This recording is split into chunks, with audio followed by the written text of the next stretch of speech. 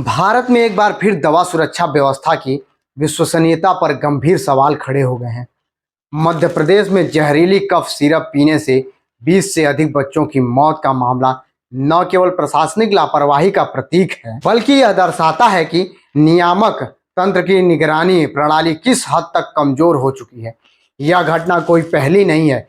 इससे पहले 2022 में गाम्बिया और उज्बेकिस्तान में भारतीय दवा कंपनियों द्वारा निर्मित कफ सिरप के सेवन से दर्जनों बच्चों की मौत हुई थी।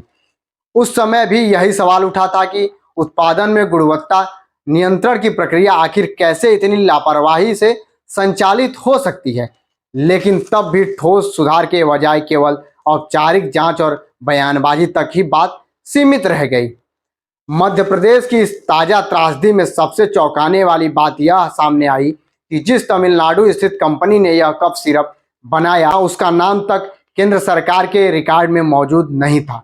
जब तक फैक्ट्री सील नहीं की गई, तब तक न केंद्र और न ही राज्य को यह जानकारी थी कि यह कंपनी दवा निर्माण कर रही है और देश भर में अपने उत्पाद भेज रही है। यह तथ्य अपने आप में बताता है कि भारत की दवा नियामक प्रणाली में पारदर्शिता और समन्वय का कितना गहरा अभाव है।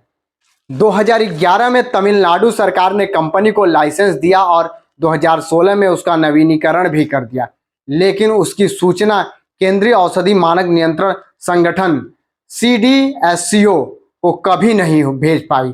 2017 में नियमों में संशोधन के बाद केंद्र और राज्य को मिलकर लाइसेंस जारी करने की व्यवस्था बनी, परंतु पुराने लाइसेंसधारियों को इस दायरे से बाहर रखा गया।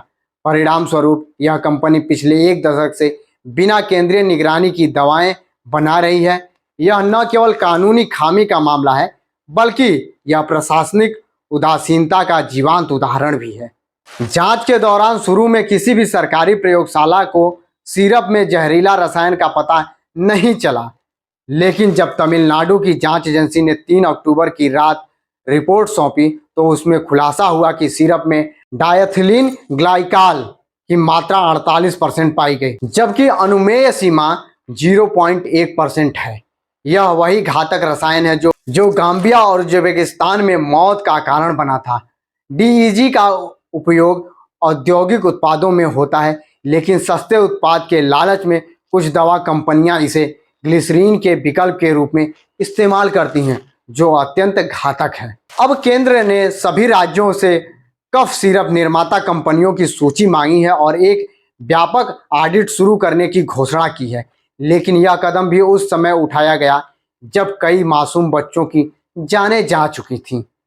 यह स्थिति दर्शाती है कि भारत में नियामक संस्थाएं सक्रिय नहीं हैं, बल्कि प्रतिक्रियात्मक हैं, यानी हादसे के बाद ही जगती हैं। यह घटना केवल एक कंपनी का या एक राज्य की गलती नहीं, बल्कि पूरे औषधि नियंत्रण ढांचे की विफलता का प्रतीक है।